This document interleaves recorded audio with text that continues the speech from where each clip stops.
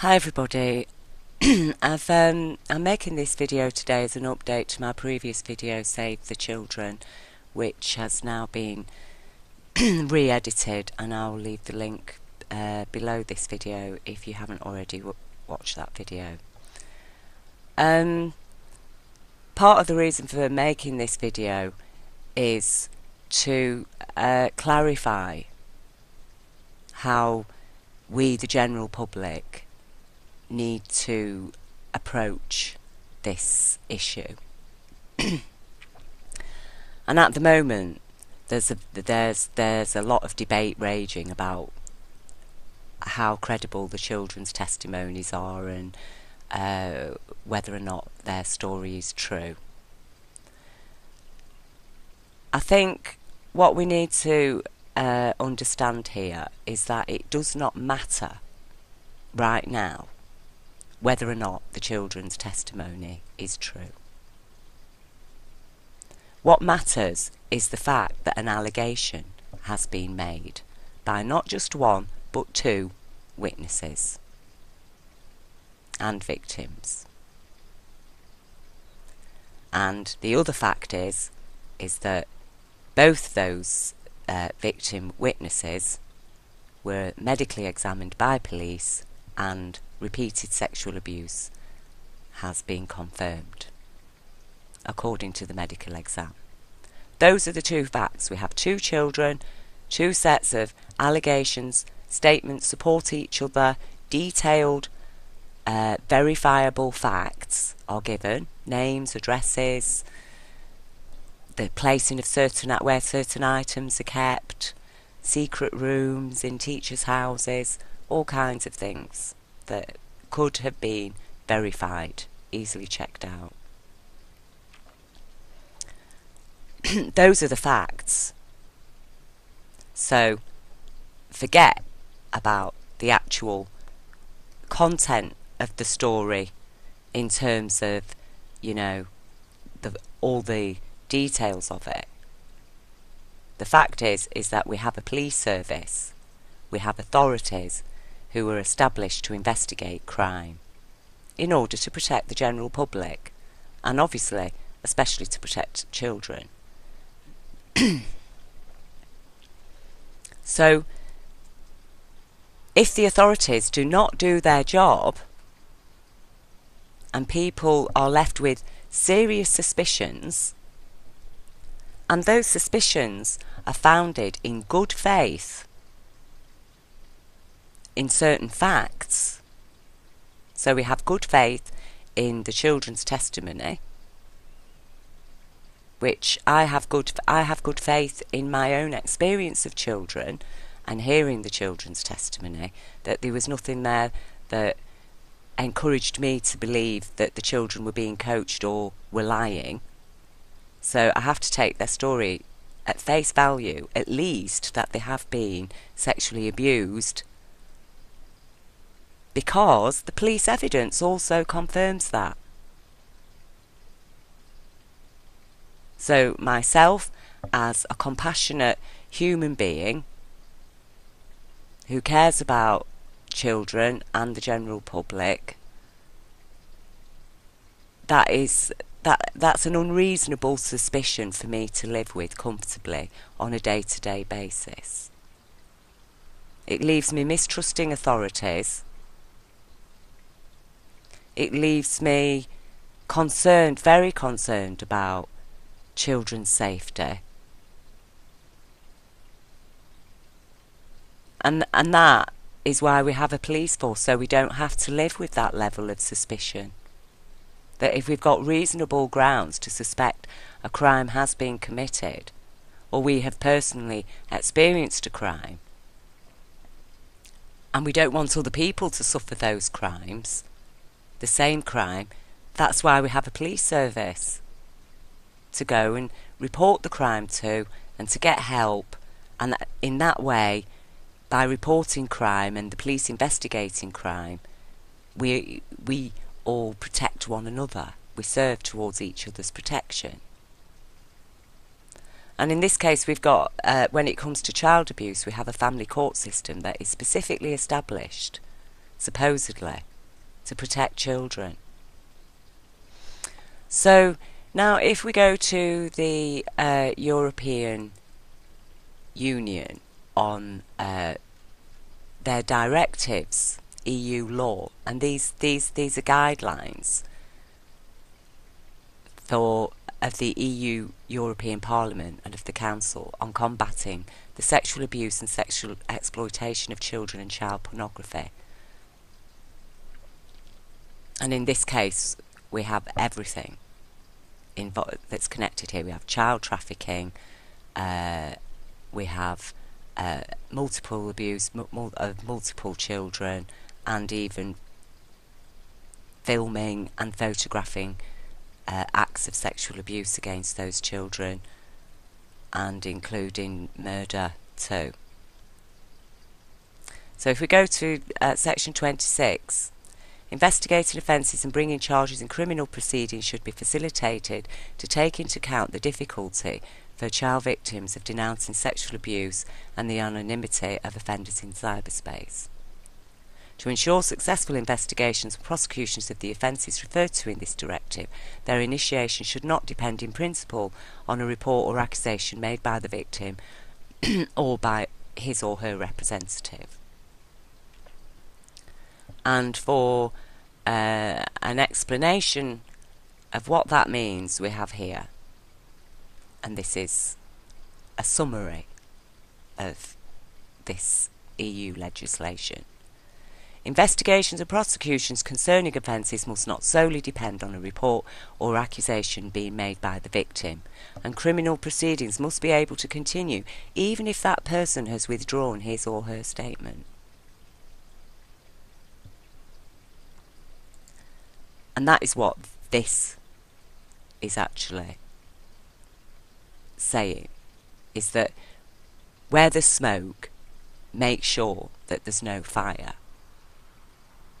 And in this case, the smoke is actually supported by the spark of fire revealed that's confirmed in the police medical examination. And even after the children's statements had been under Kafka's questioning actually retracted by the children, considering that Kafkas themselves are among the accused, and considering the retraction statements which have been leaked would not stand up in court because there is clear prompting, coercion, and even putting words in the children's mouths, and their statements do not match. And actually, if I was a judge, I would say that they're inconclusive, really. Well, actually, I'd throw them out of court.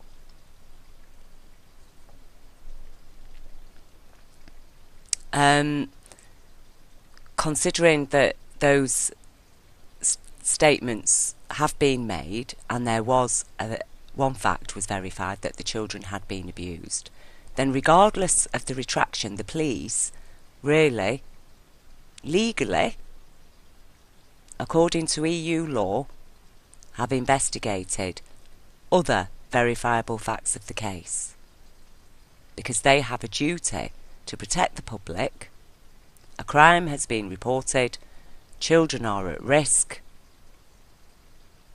and authorities have been involved in child care, social services have been implicated, and therefore a retraction from the children, once those children have been placed into their care, well, it has to be taken into account, doesn't it, that they are suspects as well, and now the children have actually retracted their story. So who abused the children then? Well, let's take their story at face value at least, and investigate some of the verifiable facts. Like, for example, the white bowl and the goblet kept in the wooden cupboard in the church kitchen near the door, or the secret cellars covered up by, the entrances to the cellars covered up by wardrobes in teachers' houses. Go and have a look. Go and have a look. Is the teacher's hallway as the child described?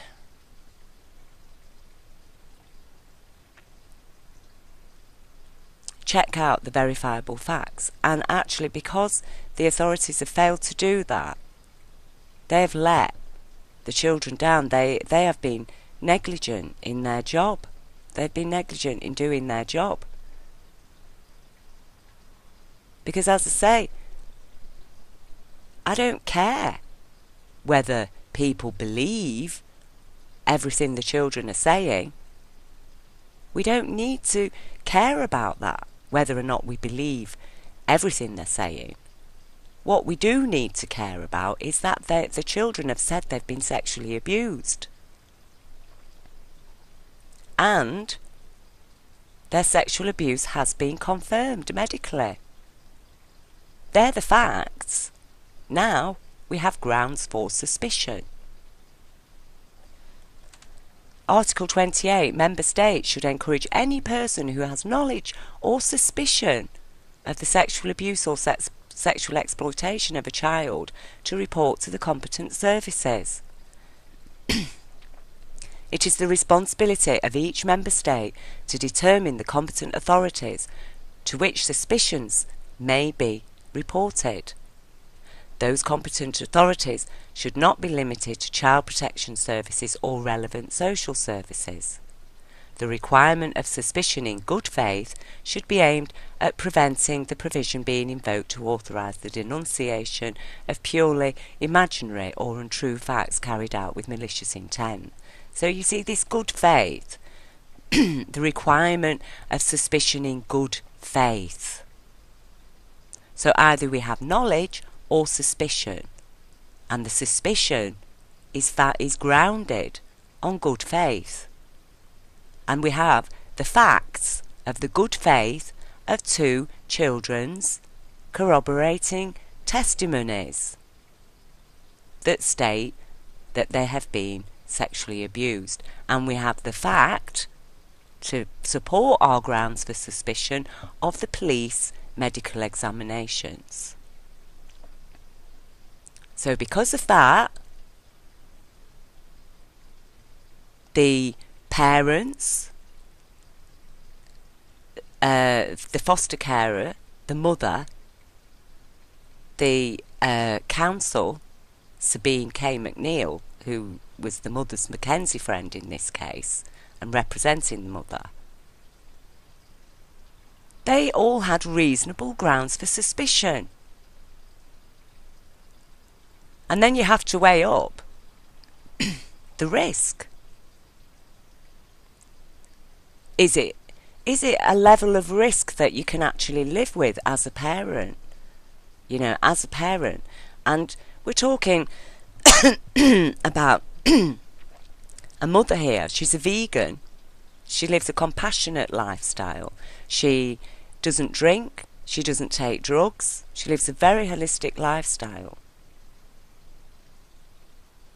And her children have told her this horrendous story. She reports it to the police. The children repeat their story almost word for word to the police. And 6 days later, Kafkas come, who are among the accused, and remove her children from her care. And then it goes to court. Nobody investigates the children's claims. The children have now retracted their story. The courts are saying, well, somebody's abused the children, but nobody bothers to investigate it. Instead, they say to the mother, yes, your children have been sexually abused. You have failed to protect your children. So now you can only see your children twice a month. And actually the father's contact, who again is one of the alleged abusers, or was, according to the court after the retraction, he's now given weekly access. So in that case, what we have is a blatant ignorance of EU law by the authorities. to the extent that they have put children at risk because they've failed to investigate the verifiable facts on reasonable suspicion based on the good faith of evidence and facts. And they've put 2 children back at risk and left possibly lots of other children at risk, and lots of powerful people in positions of authority over children and with the public trust. That's really serious. That is so serious. And people need to understand that that level of risk was just ignored. It wasn't even investigated. Not even with reasonable suspicions. And the facts of reasonable suspicions. That is a very, very, very serious threat to children that has been facilitated by the family courts, because they took over the case off the police and then they told the police there's no more, there's no need to investigate any further. Now, why would a CAFCAS officer not be aware of EU law around sexual offences against children and child trafficking? Why would a CAFCAS officer who's there to protect children's welfare not have reasonable grounds for suspicion in this case? To themselves demand that, well, okay, the children have retracted their stories, but as child welfare officers, we are concerned that the children have been abused, and we would actually like you to investigate a little further the verifiable facts that the children have made, because we are concerned that the children might have been encouraged to retract their statements through fear. And we are concerned for the safety of other children, specifically the 20 children named. We would like to investigate those children. We'd like to go and visit their families to make sure that those children haven't been abused. But they didn't. They didn't do that. So there were no competent authorities, were there? Because this mother, she's then left the mother, the foster carers, the Mackenzie friend, Sabine McNeil, the retired police advisor who advised them to go public. They had to live with this suspicion, this unreasonable level of suspicion and risk, the unreasonable risk, for months and months. And it's a very, very, difficult thing to live with, isn't it? To be thinking that the children remain at risk, that so many children remain at risk, that the possibilities that their story could be true and the implications, it just builds and builds and builds over time. And then nothing is done, nothing is done, nothing is done. And you start to wonder why we have a police force in the first place. And what are the family courts actually there for then?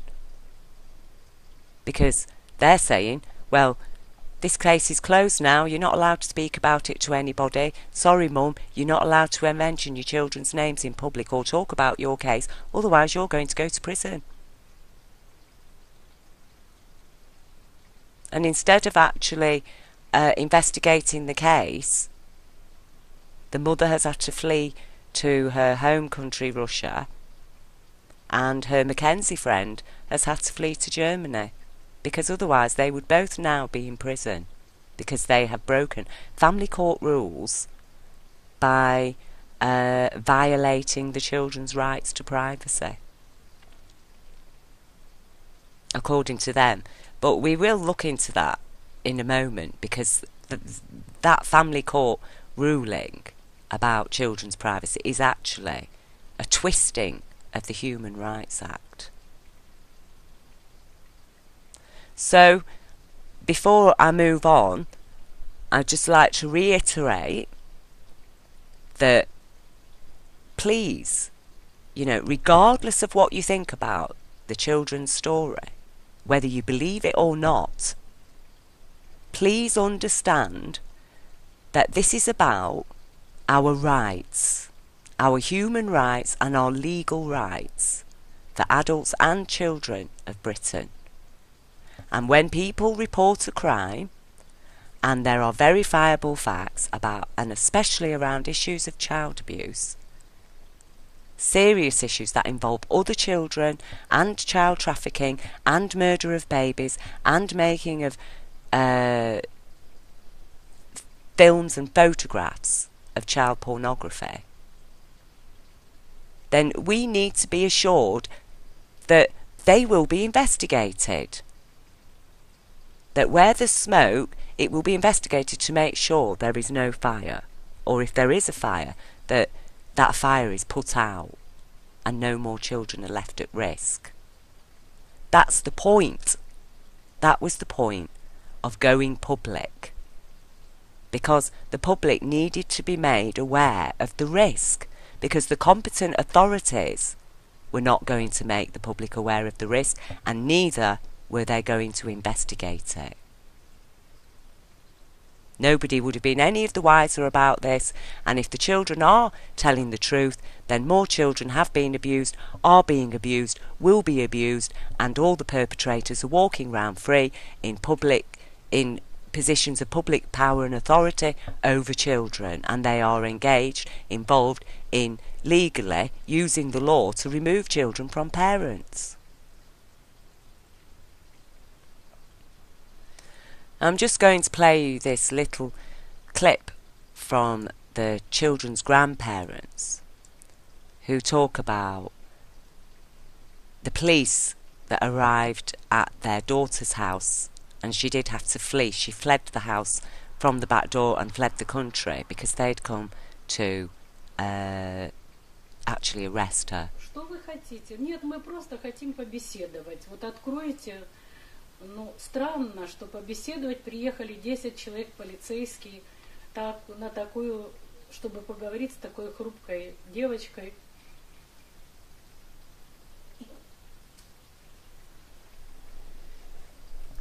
Ну, они начали стучать эту железку в дверь и дергать дверь и говорить, что мы сейчас взломаем дверь.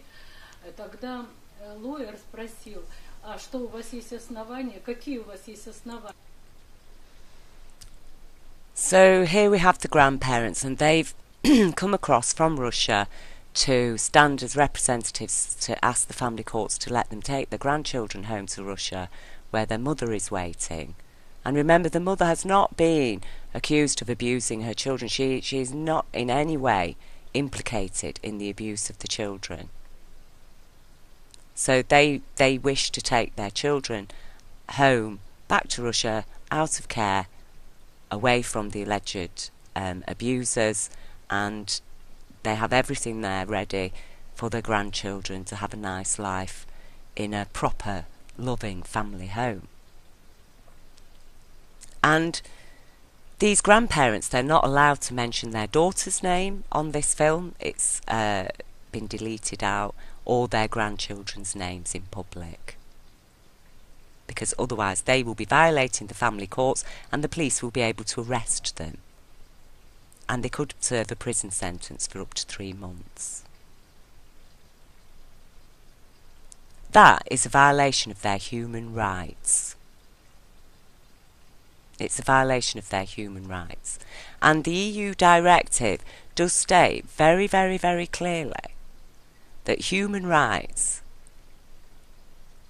the directive respects fundamental rights and observes the principles recognised in particular by the Charter of fundamental rights of the European Union, and in particular the right to the protection of human dignity, the prohibition of torture and inhuman or degrading treatment or punishment, the rights of the child, the right to liberty and security, the right to freedom of expression and information, the right to the protection of personal data, the right to an effective remedy and to a fair trial, and the principles of legality and proportionality of criminal offences and penalty. The directive seeks to ensure full respect for those rights and principles and must be implemented accordingly. So the children have rights, and everybody came out, the whole world, all the world leaders were in Paris supporting Charlie Hebdo's freedom of speech and expression, which, you know, in my opinion and a lot of other people's opinion, they did actually abuse the concept of free speech. But still, people supported their rights of free speech. Now, why aren't these children allowed any free speech then? Why is it a criminal offence, according to the family courts, a prosecutable offence, for mentioning your own child's name? Or for your own child, giving your own child the right to publicly talk about crimes they have suffered and which the authorities have refused to investigate, and in spite of reasonable grounds of suspicion. And that's the basic thing here, you see. Because in this country, cars are more important than children. Now, this story is from 2008 and it focuses on children who go missing just from care. But in Britain now, and in more recent reports, there's 100,000 children, up to 140,000 children a year go missing. Some of those children do actually return home. Some of them are never seen or heard of again. So we have Labour MP Helen Southworth, who was then leading a parliamentary inquiry into missing young people. And she says all figures on children missing from anywhere are estimates because, astonishingly, there is no requirement for data to be recorded or collected nationally. Police have a key performance indicator set by the government on vehicle crime, so they allocate resources and collect information. Children are more important than cars, but the DCSF collects no data on runaway and missing children.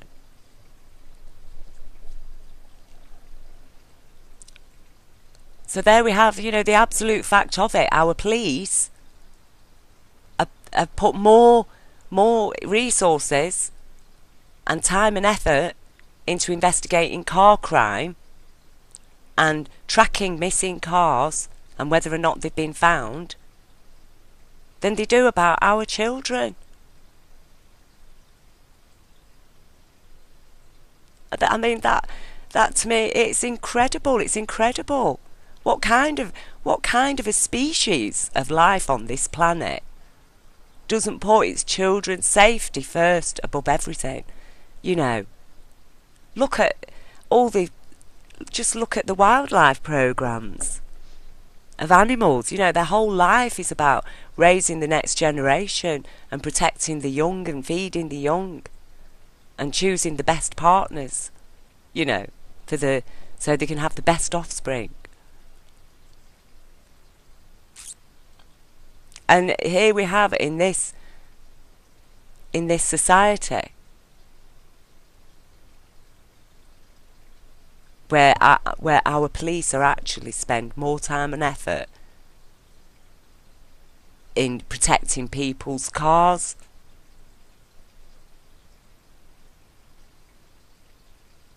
And the thing is that abused children, if you have generation after generation of abused children, you're going to have a degraded psychology and a degraded life experience of each generation, because, as I explained in my previous video, it's damaging It's psychologically damaging. So you're psychologically damaging the consciousness of every generation, and it does have an accumulative effect. So it's it's just we can't tolerate that. We can't live with that level of abuse, because it is damaging the whole of our society. Even if your child doesn't get abused, they're going to come in contact with abuse, with the abused, the abusers. People aren't functioning as fully as they could and ought to be functioning as human beings, because they are actually negated, and forcing victims, survivors, to live in silence and secrecy. It's a burden. It's a burden that they have to live with, And if they talk about it, oh, you're negative, go away. We can't live with that level of threat. So I'm just going to play you now this little clip from this video, which, as far as I understand it, was made on DVD and released for sale, but it has been banned by Britain to be sold in Britain, and it has now been uploaded freely onto YouTube. And I will leave you the link, and I do advise you to watch it. So I'm just going to play this short extract from it. In order to undermine the parents' cases and ensure that the children were taken into care. And that sort of thing is still going on, and I have examples. Now, there are very good solicitors out there, but there are also solicitors who will undermine their own clients. I cannot say which is which, although I have examples, but be very, very careful. If you admit to slapping your son in the face, then we could work together. Parents are told, just as they used to be in Russia under Stalin's era, you confess what you've done and then we'll treat you sympathetically. You admit to something, even if you haven't done it, do it just to please the judge, the lawyers will say, and then you'll get... And of course, if they are foolish enough to admit it, then they're really lost. Why would I admit something that I hadn't done? Surely they should be struck off, shouldn't they? Of course they should be struck off, but it's not that easy. All these things take a lot of chasing through the system. And is this happening frequently? Ones where they completely lose the files, there aren't so many of, but there are other cases which are, similar in their dubious nature. So the only people who've got the files anymore are the solicitors? Well, we're not even sure they've got the files, because you sometimes find files get mysteriously shredded. All right? Yeah, look, it's mad. It is mad. It really is mad. Yes, it is mad. And the fact that people tolerate it is a bit shocking, but there you go.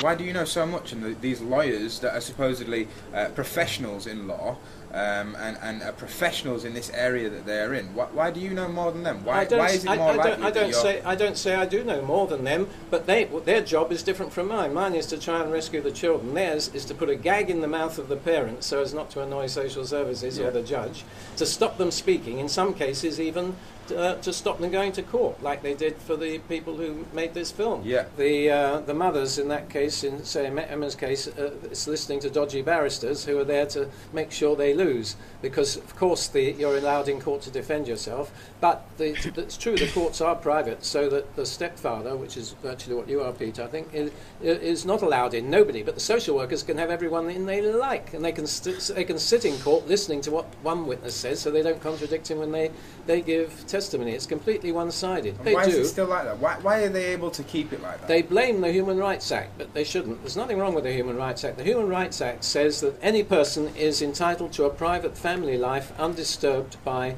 intervention from public authority. That's pretty clear. Yeah. And the people who drafted that meant that as a protection for the family from the state. It's pretty obvious, isn't it? They wanted to protect the family from the state coming in and doing something. And when I was in law school a long time ago, I was always told you interpret a statute by saying what did the people who drafted it intend when they did it.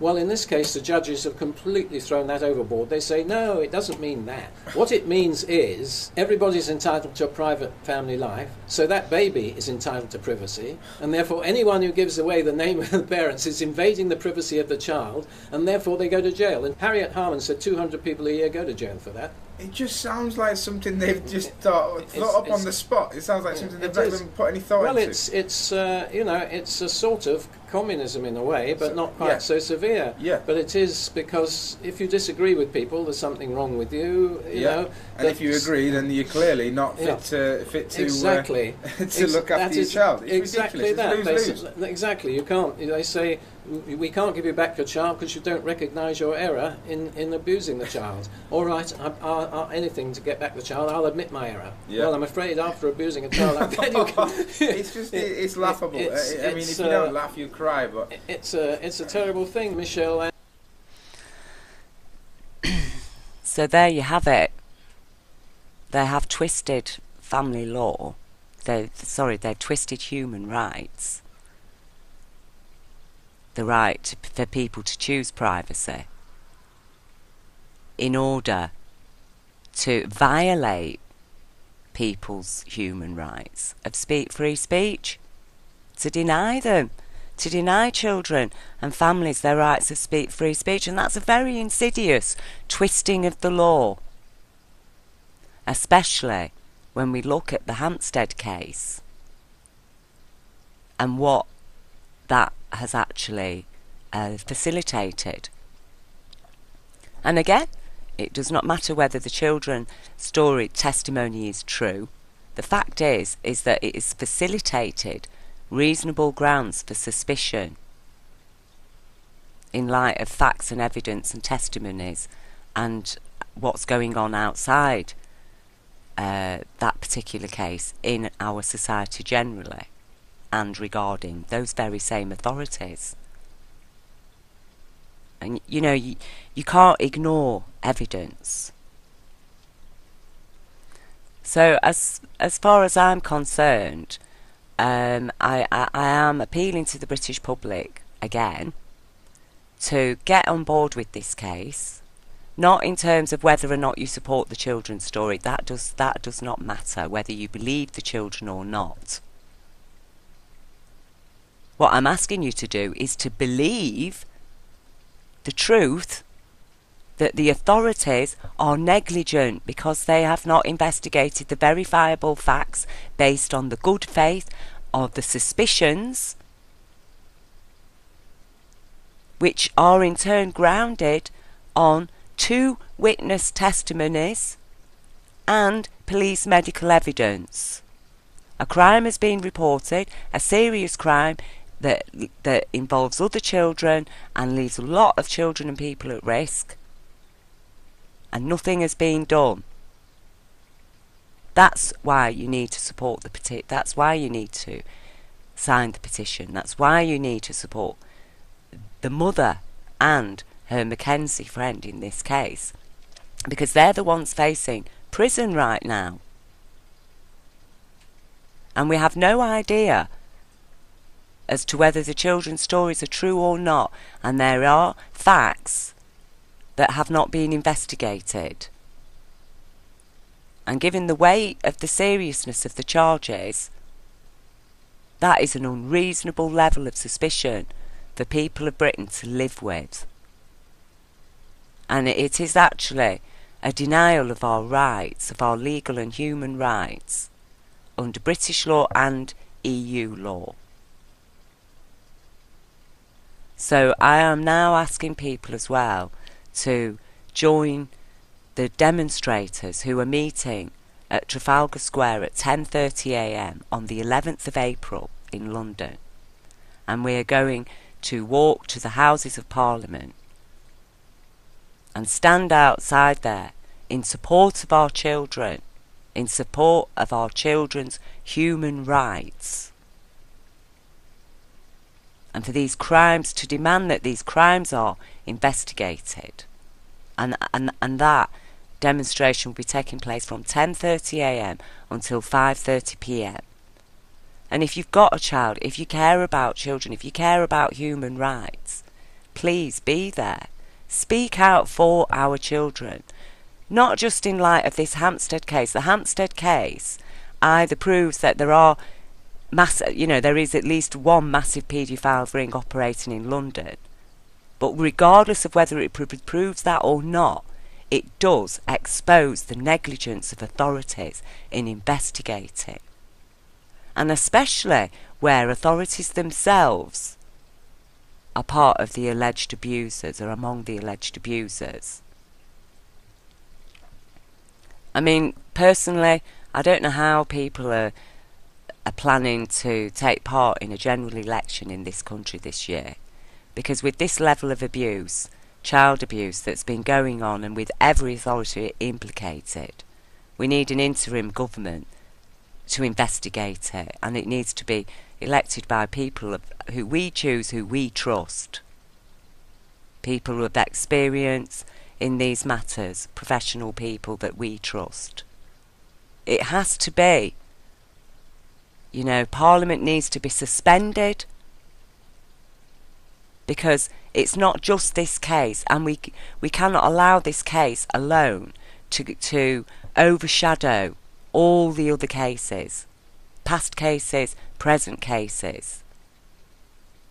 We must put them all into one context. We're dealing with abusive authorities. We have to accept that fact, the reasonable grounds of suspicion, in good faith of the evidence already presented and past evidence. We have the absolute, irrefutable evidence that Margaret Thatcher covered up a paedophile ring in government, in Parliament. The establishment protected its child abusers. It left people at risk. And we have evidence of that from Rotherham Council, Nottingham Council. I mean, the list, again, it's endless, and I've gone into it in my previous video. But I cannot stress to you the importance of addressing the legalities of the situation, our legal and human rights, because law is a muscle. If you don't use it, it gets weak. We need to use those laws because they are our protection, they are our children's protection. So I'm really, really pleading with you, that move away from the debates about, so-and-so, it could have been this person, that person. It does not matter. The facts were presented, the facts were not investigated. Children need protection, need to be protected. We have rights here, and children are more important than cars. It's time to let our police and our government know that our children are more important than a missing car. Can you understand that? And how outrageous it is to so many of us to have to tolerate the humming and hawing of everybody who just blatantly ignore that the verifiable facts were not investigated. There is reasonable grounds for suspicion. The EU law. Now, if that law was not written for our children, why is it there? Why is nobody using it? Why were the guidelines not followed? Why have we, as a British public, had to sit and listen to the children because the authorities, the competent authorities, did not do their job? It is outrageous. It is disgusting. Because of the risk, because one fact was verified. Those children had been sexually abused. And we have to now live with this knowledge, this unreasonable level of suspicion, with no investigation. And now we've lost trust. So be there. If you care about your rights, your children's rights, be there outside Parliament on the 11th of April. Because it's time we took action, because nobody else is going to protect our children except us, and that much is clear. Wake up.